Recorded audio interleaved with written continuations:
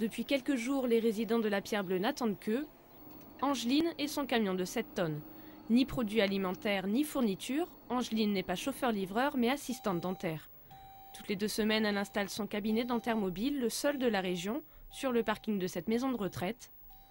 Yolande est la première patiente de la journée. Elle attend qu'on lui pose son nouveau dentier. Quand on ne sait plus aller dans sa cabinet dentaire, on est bien content d'avoir ça à domicile.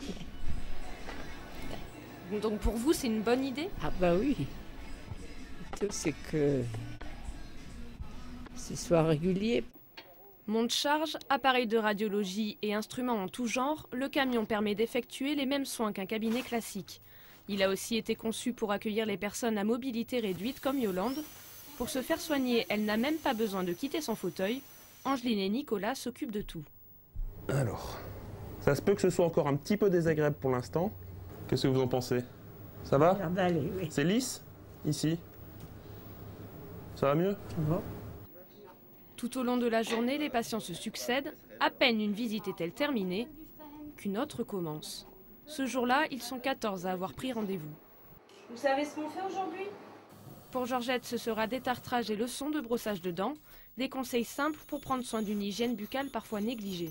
C'était pas dans l'ordre des priorités quand ils étaient plus jeunes auparavant. Donc aujourd'hui, quand ils sont en maison de retraite, en établissement, en EHPAD, justement, on essaye de favoriser, de les stimuler à entretenir leur appareil pour éviter tout risque infectieux. Le personnel de la maison de retraite est aussi sensibilisé au problème. Thibaut, infirmier à la Pierre Bleue, reconnaît ne pas toujours prêter attention à ces gestes élémentaires. Là, par exemple, c'est juste un brossage par jour, ça semble rien. Mais là, sa gencive, elle est infectée, par exemple. Et après, ça peut être douloureux pour le patient et c'est important. À 5 minutes de la résidence se trouve le cabinet dentaire du village. Il a ouvert en 2008 et compte 3 dentistes. Tous ont entendu parler du camion dentaire.